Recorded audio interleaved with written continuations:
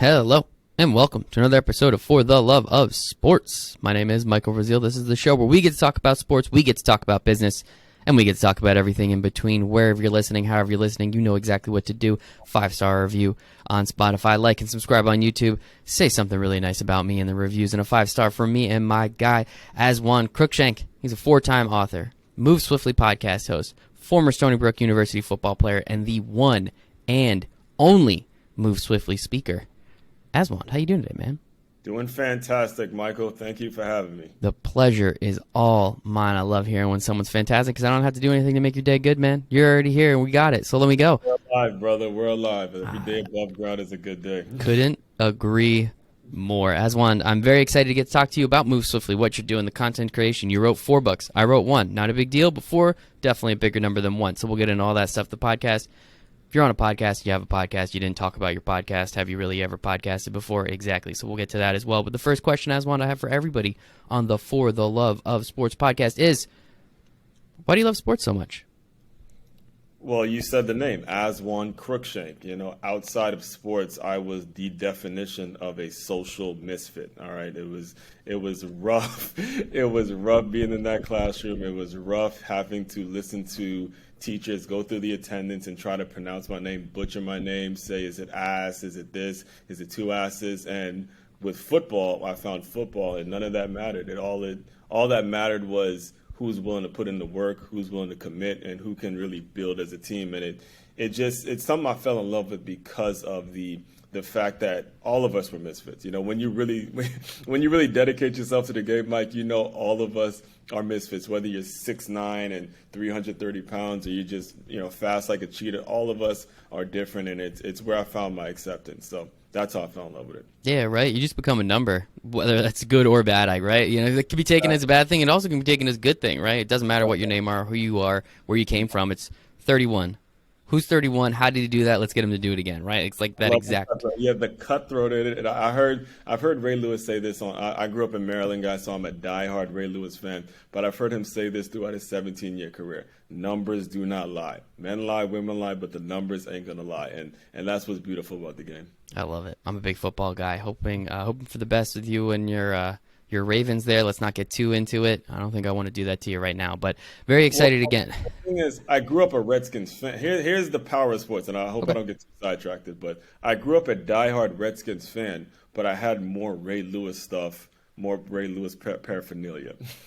Okay. That's an early gem for you guys in terms of, because we're actually recording this on a day where I think Lamar Jackson requested a trade, and understand the importance of the player. You're not getting another Ray Lewis. There's very few people who can stay that loyal. So it's times have changed. I guess we could say that, especially in football. Used to be in basketball, it was nice and easy to just kind of say, I want to go here, give me that, do that kind of thing.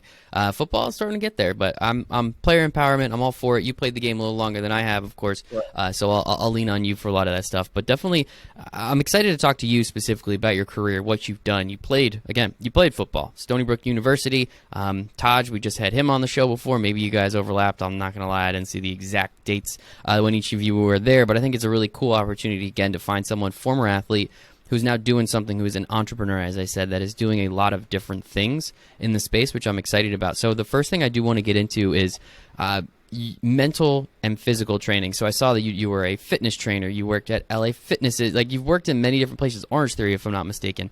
So you've worked in a lot of places that had a lot of physical, right? I got my Peloton right behind me. I try and use it every day. It's really good for you. Like, where does the physical and the mental training, I guess, where does that come into your life, and where did you start to really take both of those seriously?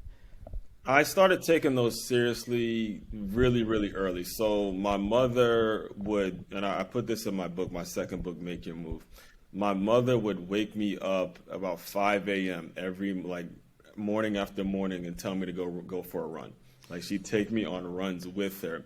And the part about football is great, but the part about football is what we're missing is a lot of the conditioning aspects of it. A lot of the players and a lot of the coaches, they use running for punishment.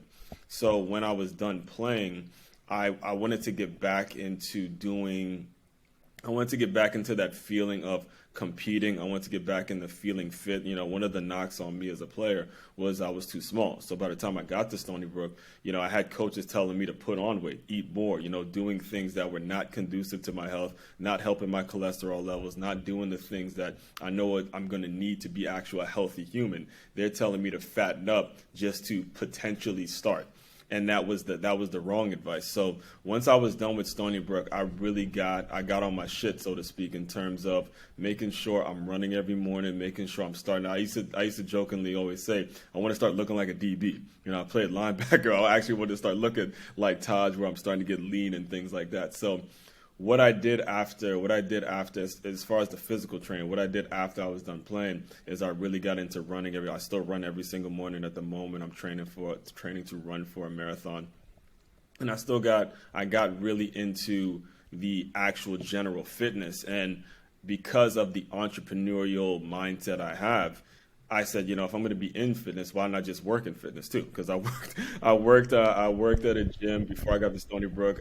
So to go back in the story a little bit, I didn't start off at Stony Brook, Mike. After high school, I went to a Division II school named Carson-Newman College, and I tore my ACL.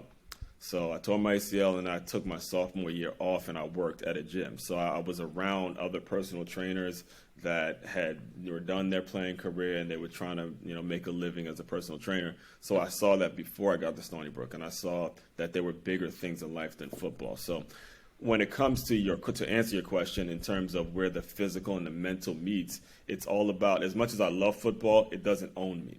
You know what I'm saying? As much as I love football and I love the game, I love what it teaches, I was never that great of a player to where the coaches had so much control of me where I couldn't think for myself.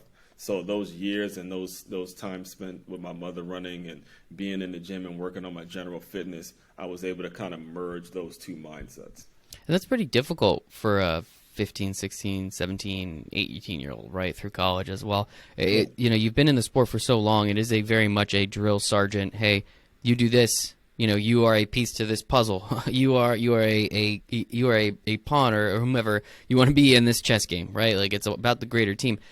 What was it about your upbringing that allowed you to say, no, I guess, for lack of a better term, and how do you think that served you in the game, but also outside of the game as well? So my father has run his own business since I was 13 years old. He's been his own boss, all right? And I tell people all the time, I've won the coaching lottery. I played for some of the most legendary football coaches you could possibly imagine. Now I wouldn't even start talking about my youth football playing career, but I'm talking about high school and the two college programs I played for. High school was a guy named Bob Malloy who retired with the most wins in high school in any high school football coach in Maryland. That's over 400. Right after, like I mentioned, was Coach Sparks at Carson-Newman College. He retired. The late Coach Sparks retired there. My linebackers coach was a guy named Carl Torbush, who was the head coach at UNC. So I'm talking about the head coach at UNC is now my position coach at a Division II school. And then I went to Stony Brook, where Coach Priori is the same guy. So I saw these great examples of coaches, but then I had my father's balance to where he ran his own business. So I was able to compare and contrast. I tell people that all the time. He ran his own business. These coaches worked for a company, but they ran it like it was their own business. And that's where the mental work, where I was able to mold all of those mindsets into one. I love that, dude. That is awesome. Yeah. Just standing on the shoulders of giants, right? Finding a lot of smart people. Not everything they say is going to resonate 100% with you. Absolutely not. Someone's going to say almost the exact same thing with a couple different words, and that's going to be the one that hits home, right? So it's finding all these really smart people, surrounding yourself with them, your teammates, your cheerleaders, whomever, and really just being able to get as much information as you can, not out of them, but from them to be utilized through you, which I think is awesome, and it's a great way of doing it. Again, at a very young age, figuring that out. Took me till 25, 26, 27 to really figure that out and then utilize it. Here I am at 31. Feel very grateful for that time, but it seems like you did that much, much earlier in your life. And I think I also want to go back to the piece again, just bringing it back up. Like, your mom would wake you up at 5 o'clock every single day to go for a run. Like, that is obviously physical. That's easy. I don't care how long it was, a mile, 2 miles, 10 miles. The fact that it was 5 o'clock every day, man, like, that is just brutal. That is the definition of mental discipline, right? That is mental toughness. That is making yourself stronger, understanding that you are going to do something like that, whether you like it or not, right? It's so easy to say no to running at 5 o'clock in the morning. I would say 99% of people say no to running at 5 o'clock in the morning, right? But it's the fact that you were able to get up and do that. Did you have appreciation for that in the moment, or was that something that you kind of just lamented, and now that you can look back on it and say, damn, like, I'm very grateful for every single one of those? No, hell no, not in the moment. So I honestly used to get out of it. I used to like try to get out of it. Oh, I got practice today, mom. I ain't doing it during the season. Wasn't happening. There was actually a one time in which me and her got into it because my dad, there was a track team that I joined, and we were going to be practicing in the afternoon, and it was going to replace the workouts with me and her. So that was a fight all the time. It was a fight all the time. But I'll never forget, there was one time early on towards the end of the workout, and I don't know if you work out now, but when you are done and you see that sun rising, I'll never forget her telling me one time, you see, the hardest part is waking up, son. The hardest part is waking up. The hardest part is you're going to be so happy that you woke up this early and actually got this done. And that piece has kind of stuck with me, because now, I mean, look, if I don't get my run in the morning, I'm one grumpy son of a bitch. Like I won't function without that workout I have in the morning. And I rest on what she told me in terms of the hardest part is waking up. It really is not as bad as everyone makes it seem. It really is. And all you have to do is really put your feet on the floor, right? You got carpets in your bedroom, that's one thing, but I got hardwoods in mine. Once you put your feet on the floor, it's cold floor. It wakes you right up. And it's really not that bad. Get up, slam a glass of water, you're ready for the day. It's not nearly as bad. I say this, of course, when I wake up at 6:45 in the morning, so, a little different. But I like to think that I get up. My favorite part of the day, 9 times out of 10, is that morning, right? I have a bunch of things. I try and check as many boxes as I can before 9 o'clock in the morning, because then I know 9 o'clock in the morning, I'm already finished with half the things that I wanted to do today. Well, the rest of the world is just kind of rubbing their eyes and logging on. And whether, I don't like to compare myself against others, but it's nice feeling knowing, like, all right, I'm already kicking ass today. How much more ass can I kick? Because now I have an entire work day, and then all the time that I have afterwards to do whatever is necessary. So I always kind of like that little mental game I play with myself as well. It's just like in business. It's called leveraging. You have a product, and it's very hard to come up with a brand new product. Like, it's very hard to come up with something that someone hasn't already thought of. The winners figure out a way to leverage what they have and just keep leveraging and leveraging. And that's what waking up early in the morning really does for you. It leverages kind of the opportunities that you have. How many people do you try to teach that to? That eventually, when they do it, they say thank you afterwards. I don't broach it. So here's what I've learned. I've tried in the past, but if it's not in a person, you just let it go. It has to be in you. It's either you got it or you don't. I respect that. Yeah, it's difficult, man. There's a lot of things that I try and teach people. They take it. If they don't, unfortunately, we got enough people watching and listening here, and I appreciate every single one of them. And hopefully they can get one thing out of this episode with you, Aswand, and that is my goal with this whole thing. So let's talk a little bit about the entrepreneurial side of it. As you said, your father, if I'm not mistaken, had his own business since you were the age of 13. You kind of saw that the whole time. You saw the dedication through the running with your mother in the morning. So you had all these incredible coaches around you, where you're able to take some piece of information from each and every single one of them, not only to use in the game of football, but in the game of life, of course, right? So it sounds like entrepreneurship was kind of always down, an alley that you had the opportunity to go down. At what point did you realize that, and then finally take the leap of faith and say, I don't really want to work for anyone anymore, put it all on my shoulders, see what I can do? It was probably when I got to Stony Brook. It was when I got to Stony Brook, to be honest with you. So I got there, and I made Stony Brook like my dream school, because the knock on me in high school, again, was I was too small to go D1. And when you play for the high school I played for, not going D1, you felt like a failure, at least the way I took it. I was a captain. I started for 2 years. There was no way that I felt like I shouldn't be playing Division I football. So out of high school, like I mentioned, I went D2, and then I tore my ACL, and then I started working at this gym. I didn't realize how valuable that experience was, because these were membership consultants and personal trainers making over 6 figures selling gym memberships and selling training packages. So I didn't realize, and this is South Bethesda, Maryland. Like, this is one of the richest parts of the entire country. I didn't realize the amount of entrepreneurs and the amount of entrepreneurial training I was getting just in that year because I was so fixated on playing football at Stony Brook. When I got to Stony Brook, I felt like I was like drowning because the college atmosphere was like, it's like taking like two hands wrapped around my neck because everything was so programmed. Everything was, okay, do this. If you have a question, go ahead. Like there was zero entrepreneurial energy. So once I finally graduated and I decided, look, I can't take it. I can't work this 9-to-5 shit anymore because I've seen people make six figures just off their own grind and their own hustle. So right after college, I decided to work for a company instead of doing the normal thing and going and coach college and, being a GA and all that stuff, there was an opportunity for me to be a scout for an independent scouting company named National Scouting Report, which was all commission work. So I took it and I worked overnight at this gym, and that's the way I was able to come up and build a lot of the concepts that I've built now. Is I was going out actively looking for players. I signed up 3 players. It was a company that worked with all sports, but of course football was the main 3 people that I signed up. But I would go out and recruit field hockey, girls lacrosse and all that kind of stuff, even golf at one point. And what happened was I was working overnight in the gym just to have a check every 2 weeks, and that's where I started to see the connection. I'm like, it would be a whole lot easier if I could build my own gym where these athletes could just come and we can recruit them. And that's where I came up with gym44.com. I love it, dude. Well, talk to me a little bit about gym44.com. That wasn't even in my notes. Yeah, gym44.com was the first company I started. And all it is a coach can just log in the same way you can log in for a Gmail account or a Facebook account. And all it is posting tryouts, just posting tryouts.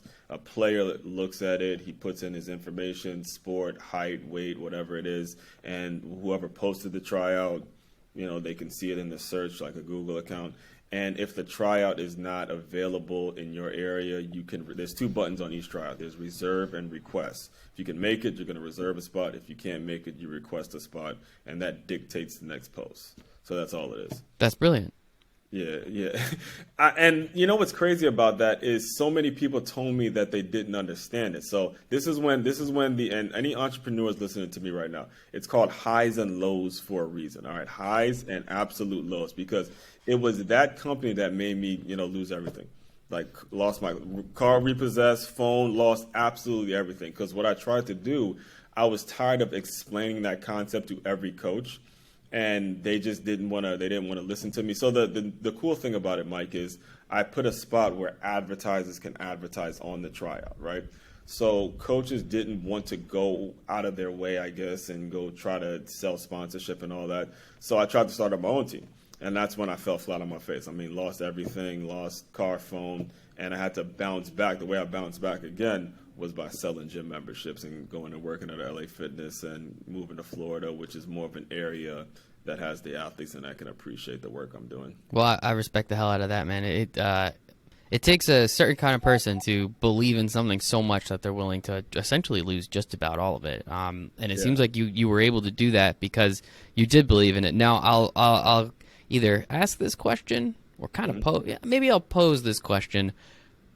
Was it the advertising piece that put you under? Was there a stream of revenue? Was there something that could have been done about the first piece, the explaining to coaches and getting that done, rather than trying to go out and create a team around something that really wasn't the initial like the impetus, the mission of the that just sounds like you're just trying to sell some digital advertising and shit, and that's the problem. Seems like the idea itself, Gym44, seems like it was actually really smart, and if you maybe went down that lane a little bit harder, could have been fine. Yeah, no, you're right. It was 1,000% the advertising piece.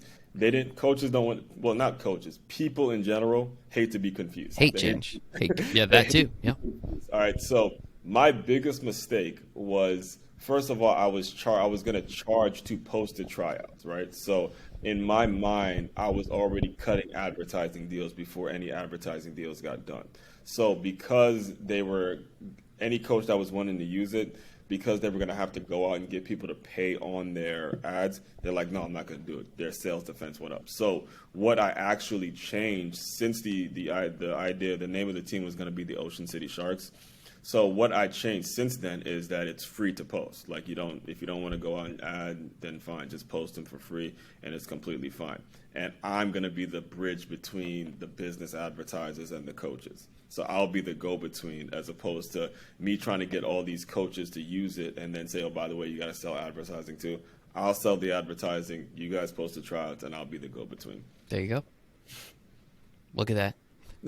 And I tell people all the time, look, if I didn't hit rock bottom, I don't come up with that. If you got to hit absolutely rock bottom and say, like, one of my favorite books is Russell Simmons' Do You. He goes, at the state of having nothing, you can receive everything.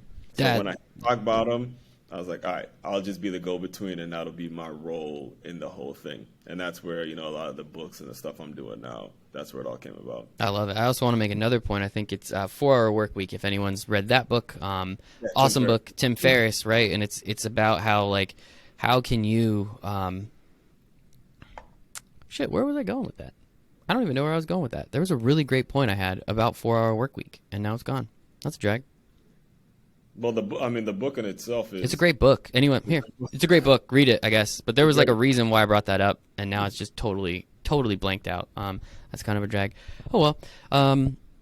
I do want to understand more about, I guess, then the rest of the entrepreneurial journey that you've kind of gone down, right? So you had this Gym 44. Oh, I figured it out. I knew I was going to get back to it. So the one thing about 4 Hour Work Week that always says you should become an entrepreneur, one of the great points is you can always just go back to what you were doing, right? It's not going to be the end of the world. Like if you start a business, lose some money, and it didn't work out, at least you tried. You didn't just kind of lament it. You could just go back to what you were doing 9 times out of 10. If you're at a really high position somewhere, maybe you don't get that exact position, but you'll get something similar, right? If you're selling gym membership, there's another friggin' gym you can go to, right? So was that kind of the, as you said, it allowed you to then, you went back and you sold gym membership and you got back on your feet. Was that kind of always in the back of your mind? No one wants a plan B when they're starting a business, but it was always I could just go sell gym memberships again. It's not that big of a deal. I want to say it was Robert Kiyosaki's Rich Dad Poor Dad. Another good one. I'm not sure if he said it in this book, but after I read that book, I became a fanatic. I was a Ray Lewis fan. I was a Robert Kiyosaki fan. And I want to say it was him who said, if you're going to go broke, try to go broke before you turn 30. So when I started the Ocean City Sharks idea, I was 24, and I promised my parents I wanted to work for an NFL team. The goal after college was to be a scout for an NFL team. And again, because of the entrepreneurial energy I was around, and this was actually the year, Mike, that the NFL was during the lockout. So this was the longest work stoppage in NFL. This was 2010. So I knew whoever they were wrong. Bottom line is, if you're working for the NFL, I didn't necessarily want to trust you with my life, because somebody's not doing something right. So I said, I'm gonna start my own shit. I'm not gonna go try to work for an organization and they're in a lockout for this long. So that's when I tried to create this Ocean City Sharks idea and connect it with either the Ravens or the Eagles or any one of these teams that could have used it as a feeder. So everything I was saying to the players was so believable because I was locked in on what the Ravens were doing. I was getting connected with the NFL and doing things the right way. It's just I didn't have the money because I thought Gym 44 was going to make me the money, and I didn't have the money to actually give the players yet, and everything just fell apart from there. So when I read Robert Kiyosaki's book, he said, if you're going to go broke before you turn 30. I realized, you know what? Go for that shit. Because, what's the worst that could have happened? The worst thing that's going to happen is, again, you just bounce back on your feet, you fell. But if you don't try, you'll be wondering if this shit worked for the rest of your life, or if this shit could have worked for the rest of your life. And then unfortunately, it didn't, right? But then it allowed you to learn a lot of really great information. You're not going to learn any of that stuff, as you said. You're not going to be able to receive as well as you have if you did not go through all this. So I think it's the lessons learned that come from it, which make it not a failure, which I think is the most important part. You're right. I love it, dude. So talk to me about what you're doing now. You had a lot of stuff along the way, and now you're working with businesses. Again, you're the one and only Move Swiftly speaker. Talk to me a little bit about what Move Swiftly is, the idea, the concept behind it, how you're helping businesses, how you're helping people, and some of the things how you're positively affecting. Yeah, so I'll give you sort of the short and sweet version of Swiftly. I I realized once I've been in Florida, I got to Florida, it must have been about 4 years in. I moved to Florida because I got a job with the Dolphins. I got a job with the Dolphins Foundation before I turned 30. So this was like 20, I was 28. I just turned 34 this past year. So this was like 28, 29. And I told myself before 30, I got to be with an NFL team. I got to put entrepreneurship on a hold and be with an actual NFL team. So luckily, the Dolphins Foundation offered me a position to just be a seller. It had nothing to do with football. It was all just seller because that's what was on my resume. So that was a part-time position, and I had to get a job at a gym because I knew they would hire me on the spot. So I worked at the gym named 9 Round because I wanted to learn, I wanted to teach people how to box. If you look at Gym 44, you're going to see the image of a boxer, him taking on the world. So I was working those two positions. I'm teaching people how to box, and then I'm also being a seller for them. I was one of the top sellers for the Miami Dolphins Foundation, and I'm seeing these two worlds collide. And I got so annoyed with both of the management structures in both these places. Like the owner of this 9 Round, in my opinion, he didn't do enough to get new members in. And I was like the lead trainer. So it got frustrating training the same people every day. And then with the manager of the Dolphins, again, he's corporate. It's the NFL. So it's a lot of red tape. It's only he has zero. I can't be around people who aren't entrepreneurs for so long before you get like claustrophobic and shit like that. So I realized the only way I'm going to be able to do what it is I want to do is to be a speaker, develop as a public speaker. So I joined Toastmasters, and I gave like an absolutely crazy speech. I mean, just absolutely crushed it, Mike. And the dude looks at me, he goes, you need to get your own intellectual property. You can't have like Eric Thomas, Tony Robbins. These dudes have their own stuff that they can buy. And I couldn't sleep. I couldn't sleep for 48 hours because there was this word that was hitting me. And it started with like be skilled. It just started because the word skilled was hitting me because I realized that was my skill as a speaker. And I was like, skilled, there's something here, right? So just to explain, swiftly, anyone that's listening, all right, in football, there are 3 types of workers. There's the skilled worker, which are the DBs, the running backs, the wide receivers. They make great athletes in every sport. Skilled, S. That's one type of worker. Then there are the well-informed workers. Quarterbacks, linebackers, tight ends. They got to know a lot of information. They're responsible for putting the skilled workers in the right place. That was my position. WI. Then they're the workers that no one gives a shit about. All right, the crew, the big boys, the fat boys, right? The offensive linemen, the only ones you care about is if they're holding or they have they gave up a sack. So that's the crew that's wiping down, the guys that are wiping down windows, mopping floors, all that stuff. So that's Swift. All right. If you want to be a great athlete, if you want to be a great worker, you add your LY, which is lift yourself. So that's why you see on my shirt it says plus LY. Move swiftly. I tell people all the time when we were at Stony Brook, one of our, in my opinion, the best player on the team was a guy named Pops Jonas because he was a D lineman who would run with the A group. So he's a front team worker running with the skill group, and he's constantly getting better. That's how you get better. And it's the same thing. I was able to take that concept and translate that into the business world. So let's say you're a skilled cosmetologist, right? If you want to grow, you have to become well-informed. You have to know how the business works. And if you want to have your own shop, you may not be able to find the people that clean it. You got to be able to clean it and do all the dirty work. You got to lift yourself constantly. So I took that principle, and it just fits with the kind of world we live in now where things are happening so fast. It's happening so fast. So that just catches on. And I think I love the way that you kind of break down that acronym. So appreciate that there, man. And I think it's really important for people to understand that if you fit into one of those 3 groups of people, it only behooves you to learn what the other 2 groups of people are doing, right? I'm in sales and marketing, so I do what I do. I understand what I do, and I understand it very well. So now I try and sit in on as many meetings as I can that have nothing to do with sales and marketing because I want to learn what the hell's going on. Because the more that I know, not only does it improve probably my sales and marketing skills because now I have better, deeper understanding of the product. But at the same time, I then have now this ability to speak internally to other groups of people that they don't have someone that can speak internally to them because everyone's so siloed in so many different situations. So understanding each of those, I try and do that unknowingly. So I appreciate you for that. Now I at least know what I'm doing. But unknowingly, I would do that and just try and make it so that way I am understanding. And then also it makes you invaluable, right? to your company. Now you're extremely important to many different groups of people, and it's a lot of layoffs going on these days. It's not very fun. So making sure that you're as valuable as you can be to as many different people within your business, your organization as you are, you're much more willing, much more able to stay around a little longer than maybe some others would. Trevor Lawrence was probably just as fast as all of his Clemson receivers.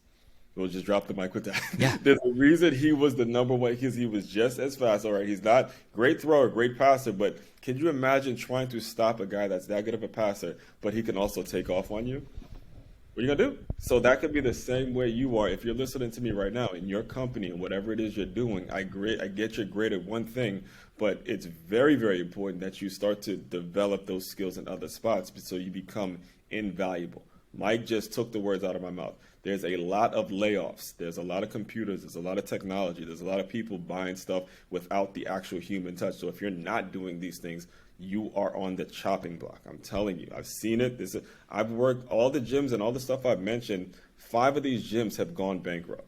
Okay, 5 of these gyms that I've worked at have gone bankrupt. So it's not me it's a great book, yeah, but it's me literally speaking from experiences and watching owners fail because they did not have this mindset.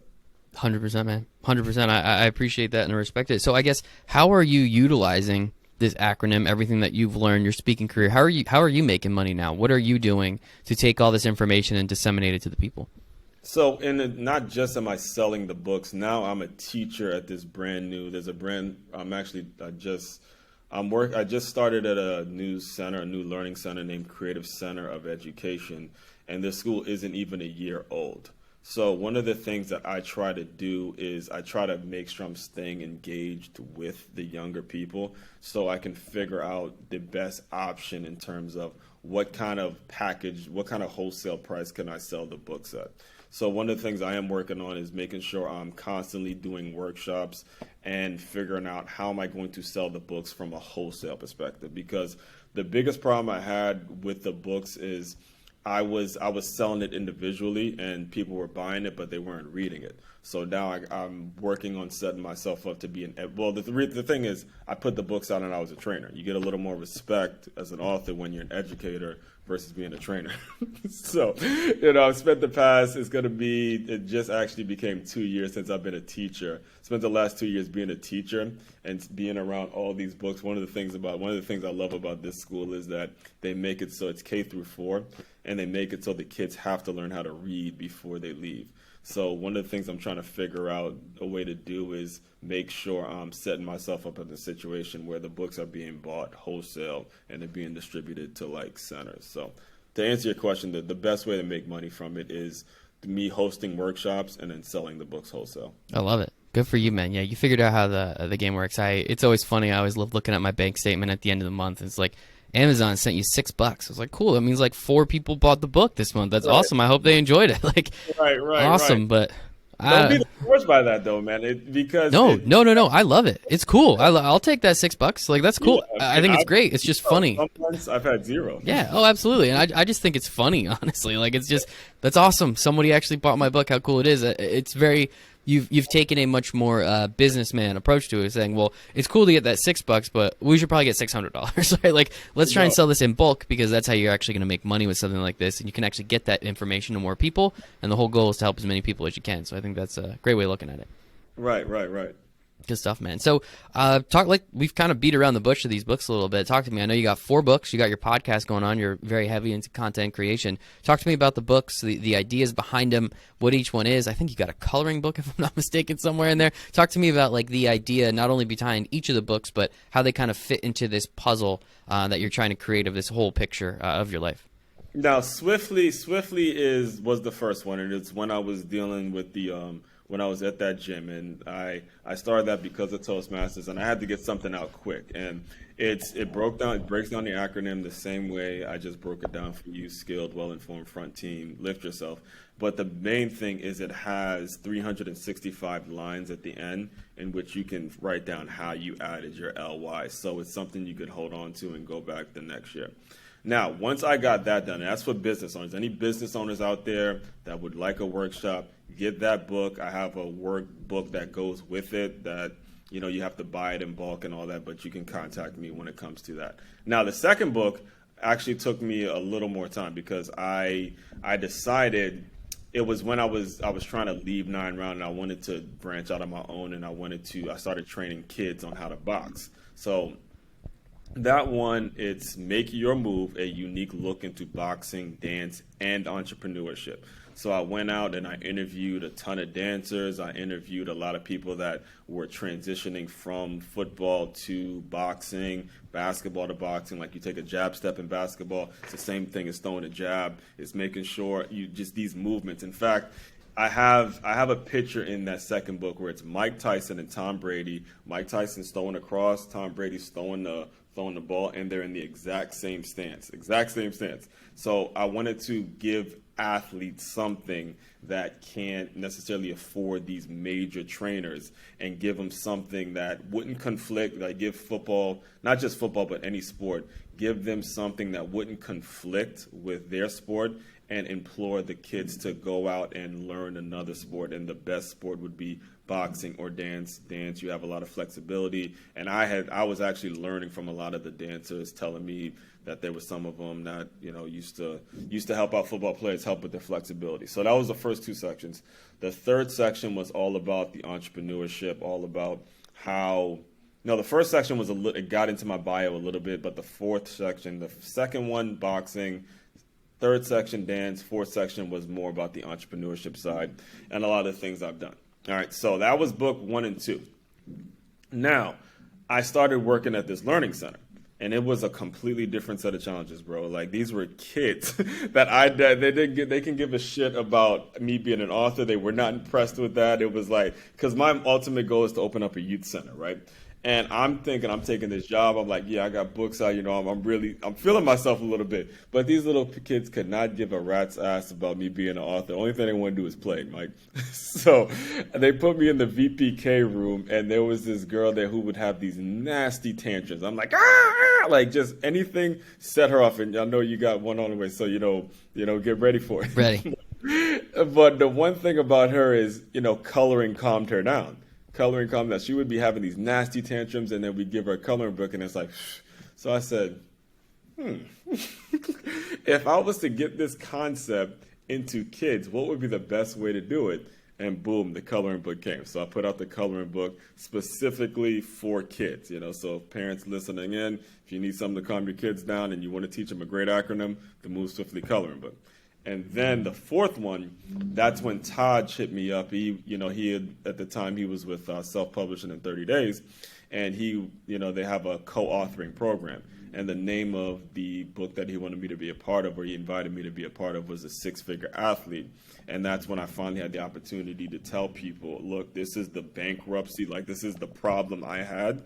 And I was able to put that in a chapter and then connect with fellow co-authors. And that's the one that's more so, listen, if you're either a high school or college athlete and you don't have the six-figure athlete, trust me, you're missing out. You're missing out because with NIL, with the deals and the things, the opportunities that you have now between high school and college, you want to know as much as you can about how to monetize and how to leverage your playing career. So parents, athletes that are at the collegiate and high school level, get the six-figure. If you get anything, get the six-figure athlete, because it's not just me. It's 9 other authors that are telling you about how you can turn your skills into cash. The title of the book is The Six-Figure Athlete, Converting Your Skill into Cash.